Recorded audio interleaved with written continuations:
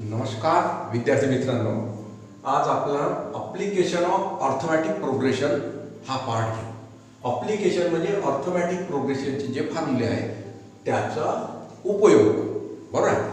आता काही word problem दिले नाही तर असे वर्ड प्रॉब्लेम जर दिले असते तुम्हाला काय माहीत पाहिजे, टर्म काढा लागते का बेरीज काढा लागते, सम काढा लागते हे ठरवावं लागत पाहिजे.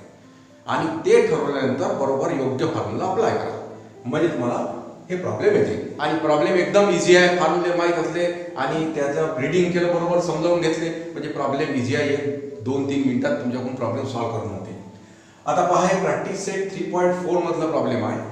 ऑन द 1 जानेवारी 2016. आता इयर म्हटल्याबरोबर दोन प्रकारची इयर येते, एक लीप इयर आणि एक non leap year. Leap year म्हणजे ज्या इयरला 4 न भाग जाते त्याला म्हणतो आपण लीप इयर. हे कोणतं साल आहे? 2016. याला 4 भाग ते 4 पंच 20, 0 हे 1 घेतले, 0 चा भाग 0 1, 6 घेतले 4 चे 16 कंप्लीट भाग झाले, डिवाइड होते. म्हणजे हे कोणतं वर्ष आहे? हे इयर आहे लीप. लीप इयर मध्ये फेब्रुवारी हा 29 दिवसाचा असते. म्हणजे एका वर्षात साधारणतः 365 दिवस असतात, डेज असते. आणि लीप इयर मध्ये 366 डेज असतात. समजलं? कारण याच्यात 29 फेब्रुवारी येते. समजलं? दर 4 वर्षाने येत असते लीप इयर. 4 न भाग जाणाऱ्या वर्ष म्हणजे लीप इयर.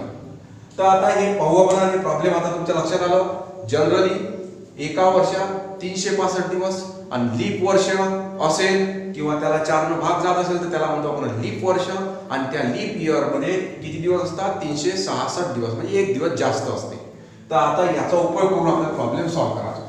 तर पाहू आपण काय काढा लागते, टर्म काढा लागते का सम काढा लागते. टर्मचा फॉर्म्युला आहे TN = A + N - 1D आणि SN = याचे दोन फॉर्म्युले आहेत, twice A + N - 1D or N/2 in bracket first term plus last term असा दुसराही फॉर्म्युला आहे. तर पाहू आपण आता कोणता फॉर्म्युला अप्लाय करता येतो. हे फॉर्म्युला आहे ना. मग आता पाहू बरं. फर्स्ट, ऑन 1 जानेवारी 2016 सानिका डिसाइड टू सेव्ह ₹30. तर आपण काय करू पहा, पहिल्यांदा हे जे सेव्हिंग आहे ना, हे सेव्हिंग अर्थमॅटिक प्रोग्रेशन मध्ये येते का पाहू. अर्थमॅटिक प्रोग्रेशन कशाला म्हणत असते? ज्याच्यामध्ये कॉमन डिफरन्स कॉन्स्टंट असते. म्हणजे पुढच्या टर्म मधून मागचं टर्म मायनस केलं तर प्रत्येक वेळेस तो डिफरन्स कसा आला पाहिजे? इक्वल आला पाहिजे, म्हणजे कॉन्स्टंट आला पाहिजे. फॉर सानिका, आता इथं लिहून घेऊ ना, मग वर्ष काढू कोणतं होतं, किती दिवस लागले. सानिका डिसाइड टू सेव्ह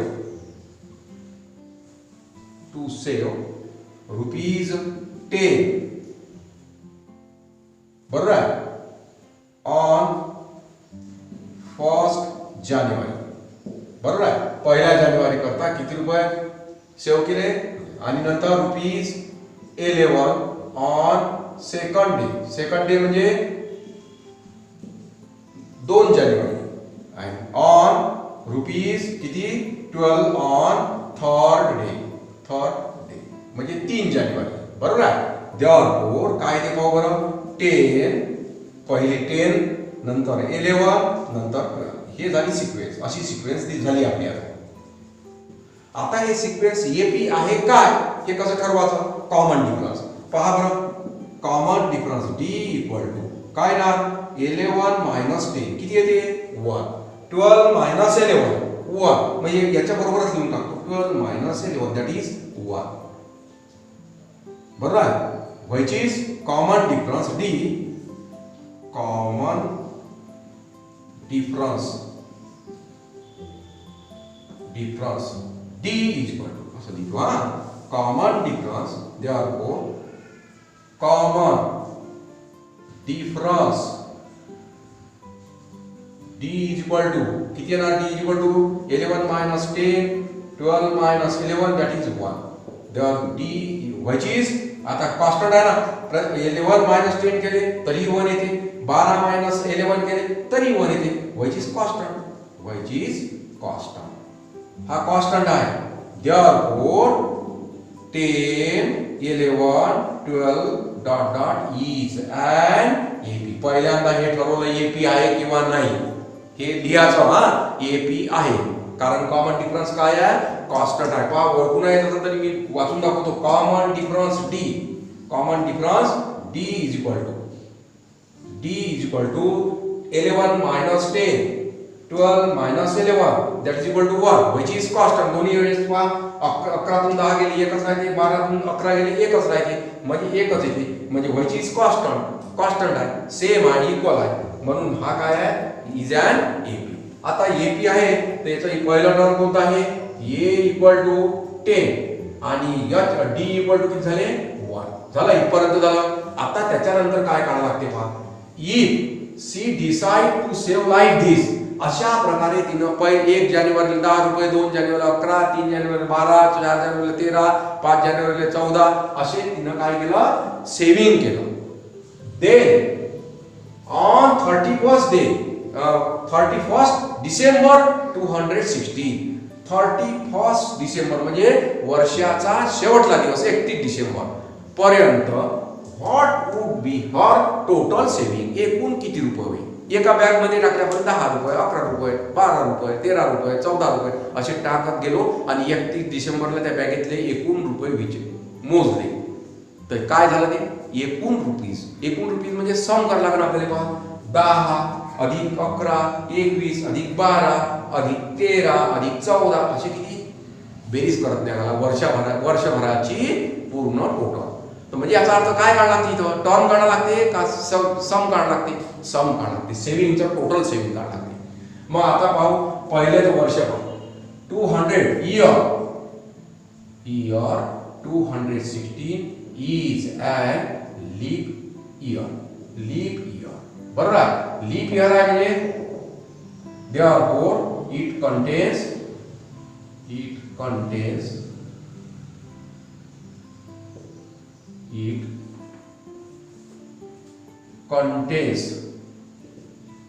किती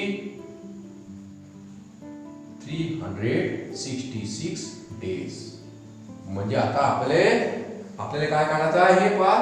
हे वर्ष कोणतं आहे, leap year, LEAP leap year मध्ये किती दिवस असतात, 366. म्हणजे ह्या सानिकानं 1 जानेवारी पासून तर 31 डिसेंबर पर्यंत म्हणजे किती दिवस सेव्हिंग केलं, 366 दिवस सेव्हिंग केलं. तर तिचं 366 दिवसाचं टोटल सेव्हिंग विचारलेलं आहे. बरोबर आहे. दस बाय फॉर्म्युला काय आहे, n equal to n by 2 twice a plus n minus 1d. आता इथं व्हॅल्यू टाका लागेल तुम्हाला. बरोबर आहे. तर आता मी इकडचं इरेज करतो, हे समजलं असेल तुम्हाला. बरोबर आहे. आता इकडचं इरेज करतो, या फॉर्म्युल्यात व्हॅल्यू टाकतो.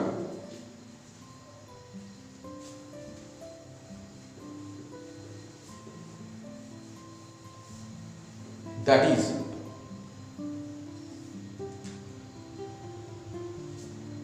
किती टाका लागेल पहा. किती दिवसाची विचारला आपल्याला saving, 366. Put n equal to 366, a equal to 10 and d equal to 1. thus yes 366 equal to n 366 by 2 in bracket twice a ची व्हॅल्यू किती आहे 10 प्लस n म्हणजे 366 मायनस 1 आणि d ची व्हॅल्यू आहे 1. कंप्लीट. आता याला भाग जात असले भाग थोडासा किती जा 1. बरोबर आहे. 1 उरला 6, 2 8 16 आणि 2 3 6 183. आता याचा गुणाकार करा. आता हे झालं 183 ब्रॅकेट 20 आणि हे ते 365 मल्टिप्लाइड बाय 1. 365 कशाने 366 मायनस 1 183 मल्टिप्लाइड हे किती ते बेरीज पहा 20 अधिक 365 गुणिला 1 म्हणजे 365. दॅट इज 183 गुणिला याची बेरीज केली हे 5 6 2 8 हे 385. आता याचा करायचा आपल्याला गुणाकार. तेवढं सेव्हिंग होईल 31 डिसेंबर पर्यंत म्हणजे 366 दिवसाचा total saving. That is equal to, याचं मल्टिप्लिकेशन किती ते पाहू आपण आता. 385 गुणिला 183. पहिल्यांदा 3 9 3 5 15, 1 3 8 24 आणि 1 25, 7 2 3 3 9 2 11 0. 8 9 8 5 40, 7 4 बरोबर आहे. 8 8 64, 64 ने 4 68, 8 6, 8 3 24, 24 आणि 6 30. आता डबल झिरो द्यायला लागणार. 1 9 गुणला म्हणजे तेवढे जी 5 8 3 किती येते बेरीज 5 5 8 आणि 5 13 आणि 1 14, 1 8 आणि 1 9 आणि 3 आणि 3 6 इतके रुपये. बरोबर आहे. ह्या गुणाकार बरोबर आहे. 183 बरोबर आहे का पहा. 366 भागिला 2 बेक बे 1 6 बे 8 16 0 6 घेतले बे त्रिक 6 आणि हे किती पहा 2 गुणिला पहिला टर्म आहे है ना. नंतर 366 n - 1 गुणिला d ची व्हॅल्यू 1 365 गुणिला 1 म्हणजे 20. 20 म्हणजे काय येणार पहा. हे 5 6 2 8 म्हणजे 385. 385 गुणिला 183.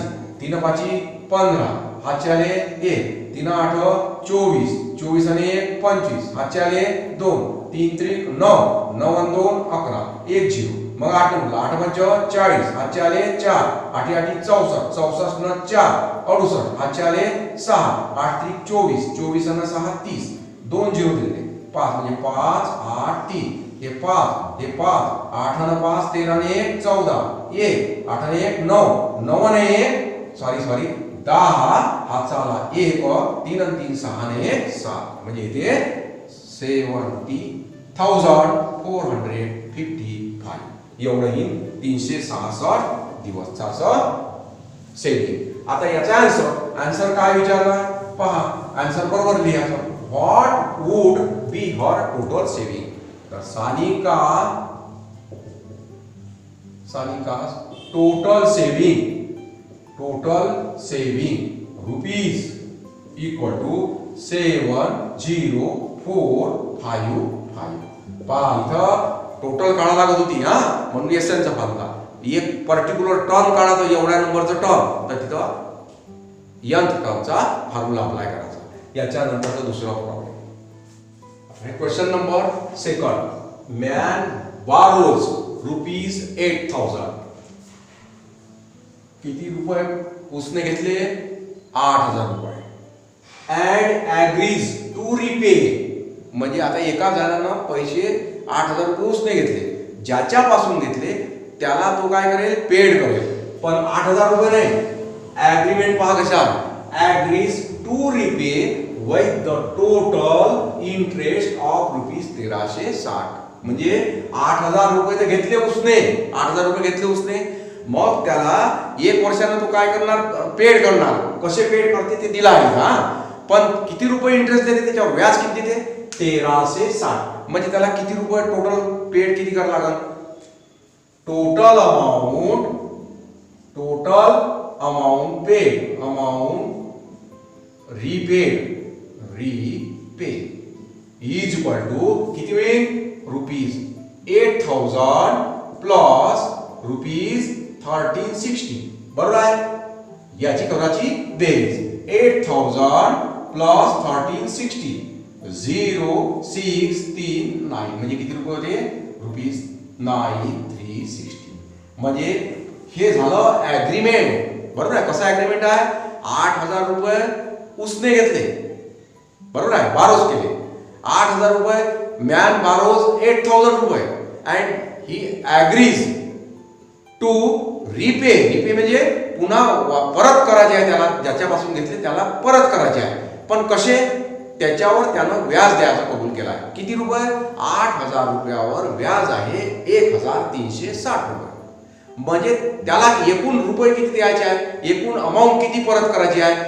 उसने घेतलेले 8,000 रुपये आणि त्याच्यावरचं व्याज 1360. एकूण किती रुपये रिपे करायचे आहे 9,360 रुपीज काय करायचे आहे त्याला रिपे करायचे आहे.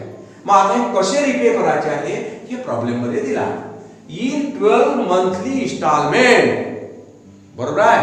म्हणजे एका मंथला काही इन्स्टॉलमेंट, दुसऱ्या मंथला काही इन्स्टॉलमेंट, तिसऱ्या मंथला काही रुपये देईल असे इन्स्टॉलमेंट पाडून ठेवले आणि सर्व इन्स्टॉलमेंटची बेरीज किती आली पाहिजे 9360.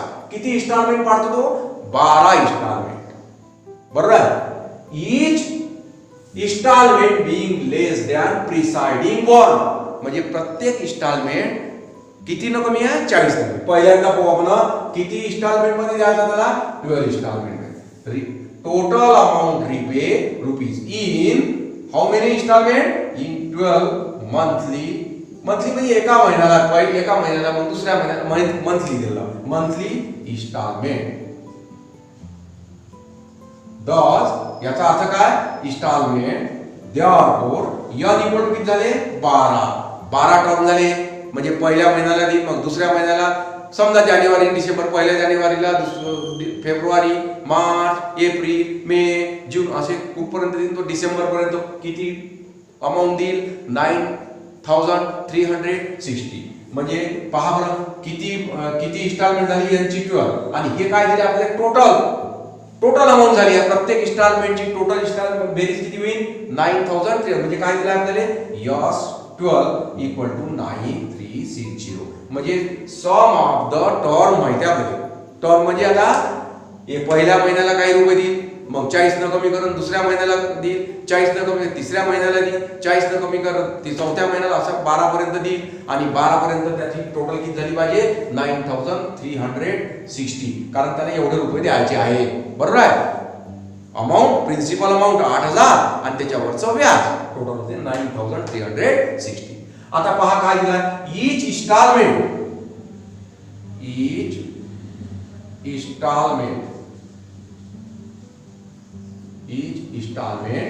being less than preceding installment. Preceding म्हणजे मागच्या, आता जानेवारीला समजा त्यांना दिले आहे 1000 रुपये. बरोबर आहे. तर फेब्रुवारीला काय करायचं 40 न कमी, 40 न कमी म्हणजे 960, 40 न कमी. मग याच्यानंतर इन्स्टॉलमेंट होईल तिसऱ्या महिन्याला, मार्च महिना समजा, तर त्या 40 न कमी म्हणजे 920 रुपये. असं 40 न कमी करता शेवटली काहीतरी इन्स्टॉलमेंट येईल, आणि ह्या सर्वाची टोटल किती झाली पाहिजे 9360. मग मी पहा कसं लिहितो each installment being less than preceding installment, preceding 1 by rupees 60. आता हे तर एपी मध्ये आहे पहा 69 किती आहे 40 रुपीज. आता कमी होऊन राहिले पहा being less than preceding instalment द्या डी इज इक्वल टू प्रत्येक याला किती न कमी आहे 40 न कमी, म्हणजे कॉन्स्टंट डिफरन्स किती जाईल 40 चा -40. आता निगेटिव्ह का लिहिलं इथं, कारण इन्स्टॉलमेंट 40 रुपयानं प्रत्येक अगोदरच्या इन्स्टॉलमेंट पेक्षा 40 न कमी होऊन राहिली म्हणून निगेटिव्ह. आता असं जर घेतलं मी 2 4 6 हे काय आहे एपी, पण याच्यात डिफरन्स कसा येईल 2 पण प्लस येईल. +2 काय येईल, कारण 2 न काय होऊन राहिला वाढून राहिला. बरोबर आहे. मग वाढून राहिला तर +2 आणि कमी होऊन राहिला तर d equal to -40. It is an AP, it is an AP. आता पाहू आपण काय काढायचं आहे, find the amount of first installment. First installment म्हणजे T1 काढायचा आहे, T1 म्हणजे ए काढायचा आहे, आणि लास्ट इन्स्टॉलमेंट म्हणजे शेवटचा Tn इक्वल टू काढायचा आहे. तर पाहू आपण आता T1 ए कशावरून काढता येईल, तर एसएन चा फॉर्म्युला माहिती आहे आपल्याला, बाय फॉर्म्युला अप्लाय करायचा. S n equal to n/2 twice a plus n-1 d. Value टाका. S 12 equal to 12/2 twice a ची व्हॅल्यू किती आहे, ए ची व्हॅल्यू माहित नाही, ट्वाइस ए फर्स्ट इन्स्टॉलमेंट माहित नाही, n ची व्हॅल्यू किती आहे 12 -1 आणि डी ची व्हॅल्यू किती आहे -40. आता किती येईल, that is S 12 equal to 6 multiplied bracket twice a plus 12 minus म्हणजे 11 -40 असा पुन्हा ट्वाइस ए. बरोबर आहे. आता S 12 equal to 6 multiplied by bracket twice A आणि मायनस किती मिळेल -11 ची 1 440. आता ही यस 12 ची व्हॅल्यू दिली आहे ना, यस 12 ची व्हॅल्यू दिली आहे आपल्याला. किती आहे एक्स ची व्हॅल्यू? 9360.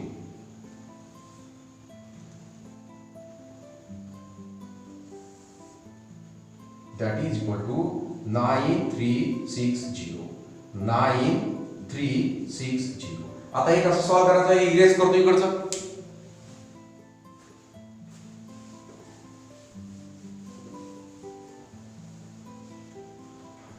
आता ऍडजस्टमेंट कशी करायची? एक तर 6 हे मल्टिप्लाइड आहे, 6 डिवाइड करा, नाही तर 6 ने याला मल्टिप्लाइड करून मग सॉल्व करा. 6 डिवाइड करून टाकू. 9360 divided by 6 equal to twice a minus 440.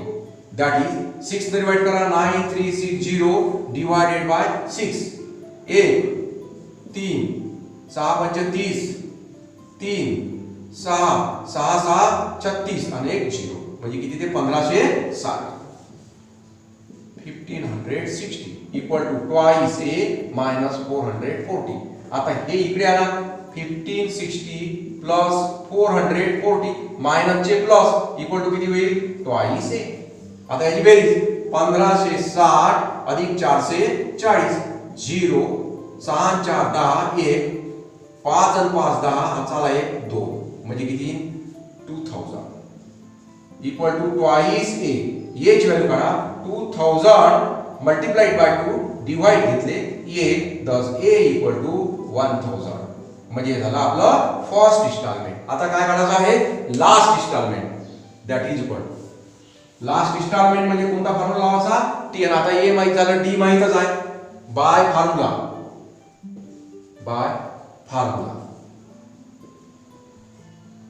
T n equal to a plus n minus 1 T.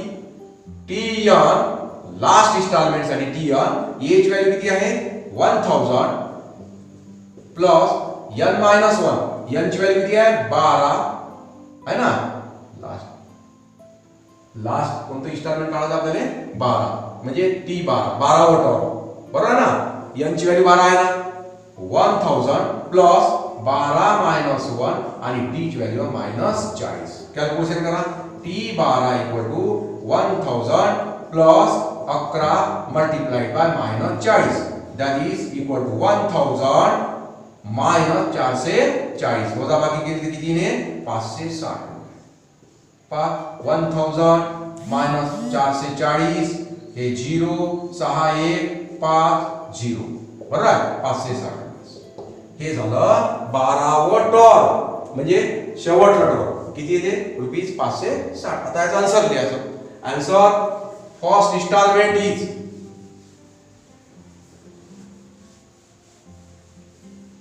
Answer is first installment.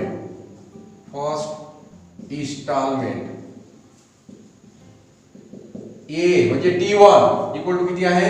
Rupees 1000. Last instalment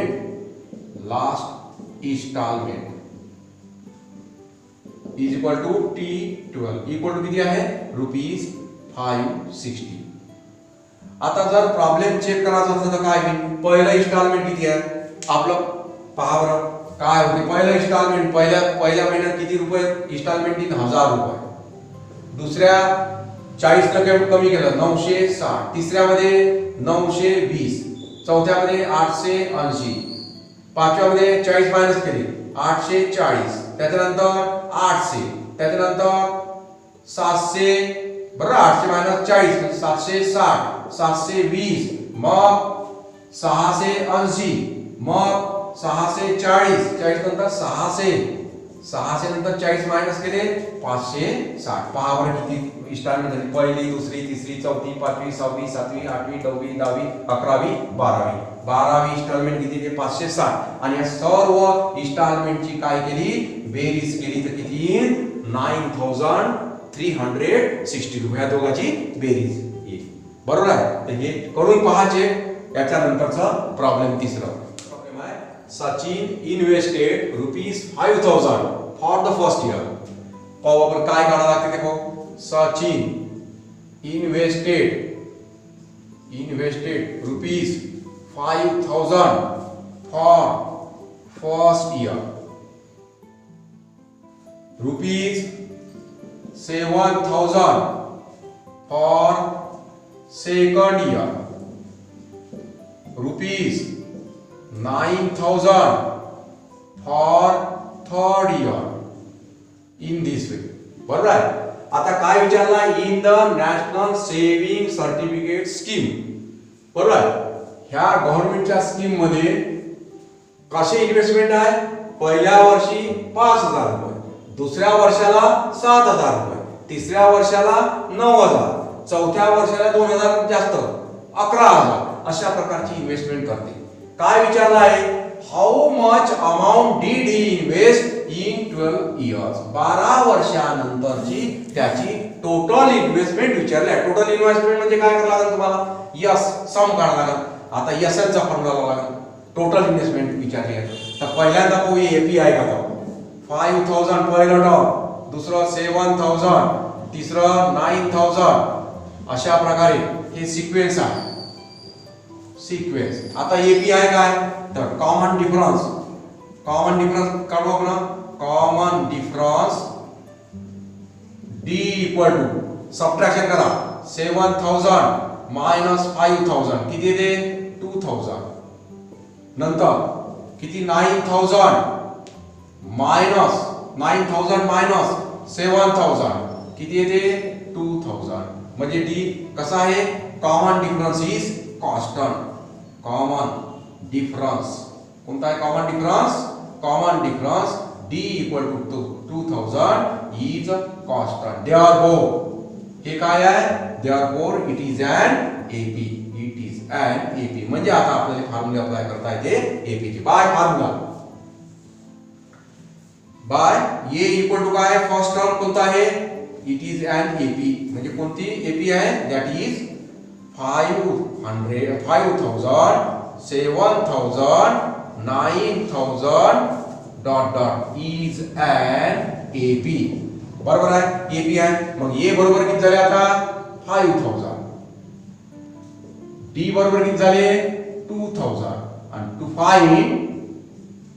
find total investment in 12 years म्हणजे that is काय काढायचं आहे? Yes 12 हे काढायचं आहे. आता इकडचं मी काय करतो? इरेस.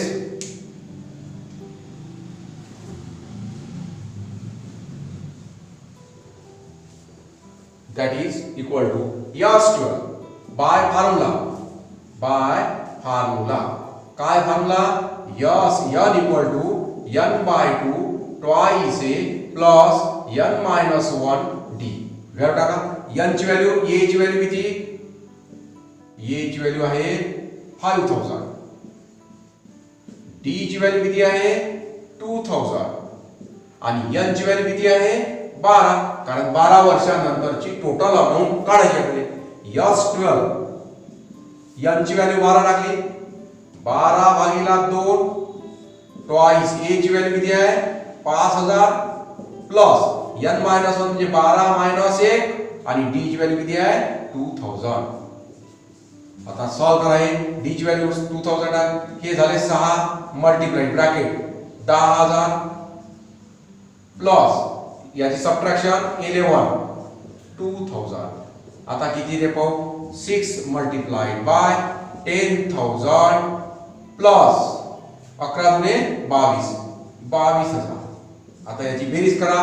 10,000 22,000 किती येते? 0,0,023 रुपीज. 6 multiplied bye 32,000. आता याला 6 न पुन्हा 6 न गुणलं तर किती येईल पहा. That is 6 multiplied S 12 equal to 0 3 0 साइन दुने 12 1 3 साइन 3 का 18 ने 19 किती येते? 1,92,000. आन्सर काय लिहा? पहा आन्सर काय विचारलाय? दस ही इन्व्हेस्टेड म्हणजे सचिन इन्व्हेस्टेड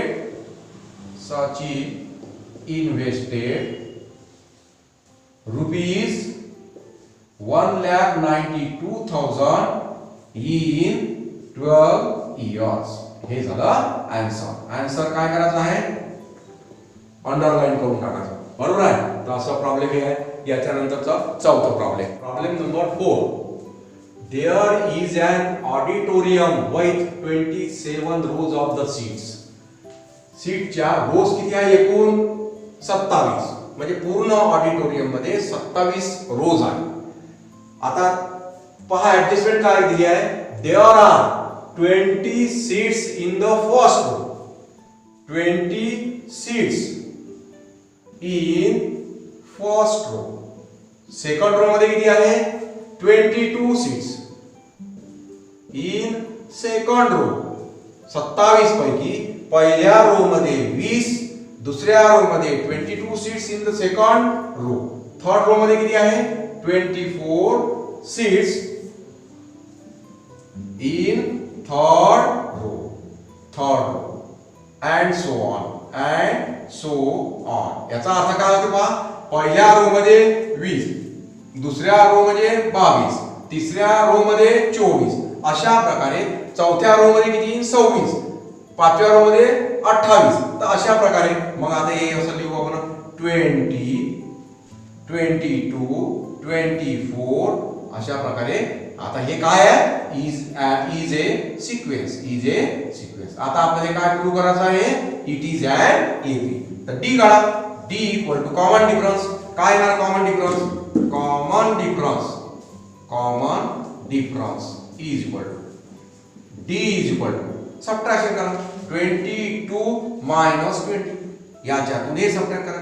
आता याच्यातून हे सबट्रॅक्ट करा. दॅट इज इक्वल टू येते का सारखं 2. याची सारखे तिथे याच्या बरोबरच लिहून टाकायचं. 24 minus 22 that is 2. Which is constant. आता कॉन्स्टंट आहे कॉमन डिफरन्स. कॉमन डिफरन्स जर कॉन्स्टंट असेल म्हणजे d equal to 2, therefore d equal to 2, therefore it is an AP. म्हणजे आता AP चे सर्व फॉर्म्युले आपल्याला अप्लाय करायचे आहेत. काय काढायचं आहे पहा? Find number of seats in the 15th row.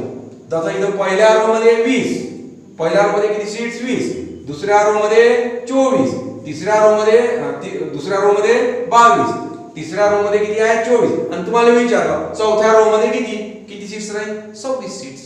बरोबर आहे. अशा प्रकारे आपले कोणत्या रो मधले सीट्स विचारले आहे? 15व्या रो मध्ये. म्हणजे टर्म विचारले याच्यामधलं हे पहिलं, दुसरं, तिसरं टर्म, चौथं, पाचवं, सहावं, सातवं, आठवं, 9वं, 10वं, 11वं, 12वं, 13वं, 14वं आणि 15वं. 15वी रो जी आहे त्याच्यामध्ये किती सीट्स राहील? म्हणजे काय करायचं? आपले टोटल सीट्स विचारले आहे.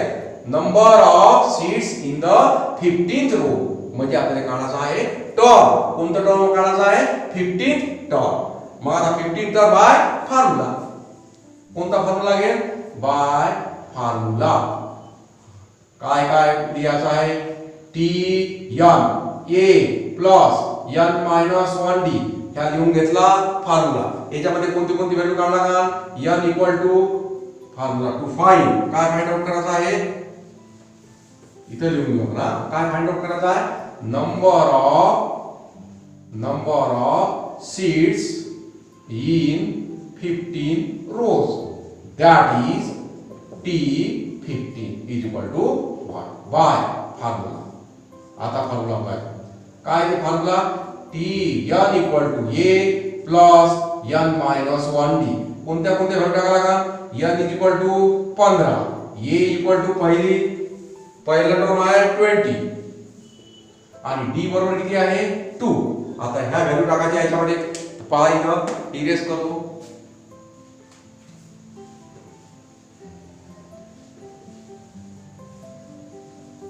That is equal to t value टाका त्याच्यामध्ये. इकडे लिहून मी हा t 15, n ची व्हॅल्यू 15 बरोबर. a ची व्हॅल्यू किती आहे? 20, a ची व्हॅल्यू 20 प्लस n म्हणजे 15 मायनस 1 आणि d ची व्हॅल्यू किती आहे? 2. मल्टिप्लाय करा. किती ते 20 प्लस किती? 14 मल्टिप्लाइड बाय 2. 20 प्लस किती येणार? 28 म्हणजे 48. T15 एक आन्सर झाला आपला. बरोबर आहे. म्हणजे 15व्या रो मध्ये किती सीट्स राहील? A48. आता दुसरा आन्सर विचारला आहे. दुसरा आन्सर काय विचारला आहे? And also find total number of seats in the auditorium. Auditorium मध्ये टोटल नंबर ऑफ सीट्स विचारले आहे. आता या नंबर ऑफ सीट्स कशा काढायच्या? Total number of seats. तर ऑडिटोरियम मध्ये एकूण किती रोज आहे? 27. त्या 27 मध्ये किती सीट्स आहे ते काढायचं आहे. म्हणजे सम ऑफ द सीट्स. बरोबर ना? जसं पहिले 15 मध्ये 48, पहिल्यामध्ये 20, दुसऱ्यामध्ये 22, अशा प्रकारे टोटल नंबर ऑफ सीट्स काढायचे आहे. म्हणजे काय काढायचं आहे? समचा फॉर्म्युला अप्लाय करायचा. To find total number of seats in auditorium. Total rows किती आहे? टोटल रोज 27. गिवन दिला आहे टोटल रोज आहे ना. म्हणजे काय काढायचं आहे? That is to find 27 S 27. 27 एकूण 27 रो मध्ये किती सीट्स आहेत? सर्व सीटची बेरीज बाय फॉर्म्युला. आता फॉर्म्युला अप्लाय करा. काय ते formula? S n equal to n/2 twice n-1 d. Value टाका. कोणती value equal to n equal to 27. नंतर a इक्वल टू किती आहे? 20. बरोबर आहे. पहिल्या रो मध्ये किती आहे? 20 सीट. आणि d इक्वल टू किती आहे? 2. आता इथे टाका value. Yes therefore yes n ची व्हॅल्यू 27. 27/2 ट्वाइस a ची व्हॅल्यू 20. बरोबर आहे. प्लस n-1 n ची व्हॅल्यू आहे 27 -1 आणि d ची व्हॅल्यू आहे 2. आता हे कॅल्क्युलेशन करायचं इकडे.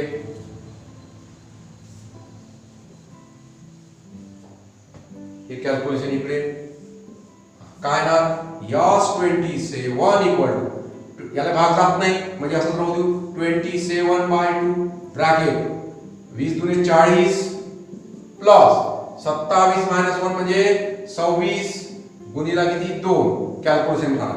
27/2 मल्टिप्लाइड बाय 40 प्लस 26 गुणिला 2 म्हणजे 52. याची बेरीज करा. 27/2 मल्टिप्लाइड बाय 40 आणि किती येते? 92. आता याला भाग द्या. 2 न भाग जाते. 2 चौक 8. बरोबर आहे. 2 सकल 12. 27 मल्टिप्लाइड बाय 46. आता याचं करायचं मल्टिप्लिकेशन. काय ते मल्टिप्लिकेशन पहा. That is 46 multiplied by 27. 7 सकम 42. 4 7 चौक 28. 28 4 32 0 12 1 92. किती ते? 2 4 9 3 12. म्हणजे किती ते? एकूण 1242. 27 रो मध्ये किती सीट्स आहेत? 1242. आता आपल्याला काय काय विचारलं होतं त्याचा आन्सर लिहा. किती आहे? Total seats 15. T15 म्हणजे number of seats in 15th row. किती काढले होते? T15 इक्वल टू A म्हणजे 20 प्लस n-1 म्हणजे 14 गुणिला 2 म्हणजे 48. T15 इज इक्वल टू 48 काढला आहे. पहिलेच काढला आहे. नंतर total number of seats in auditorium is equal to S 27 equal to 1242. S 27 1242. हे झाला पूर्ण कंप्लीट आन्सर. हे सर्व तुम्ही आपल्या टेक्स्ट बुक नोटबुक मध्ये लिहून घ्या. एक प्रॉब्लेम पहा. एक प्रॉब्लेम करून पहा आणि नोटबुक मध्ये लिहा. याच्या पुढचे प्रॉब्लेम याच्या पुढच्या पार्ट मध्ये पहा.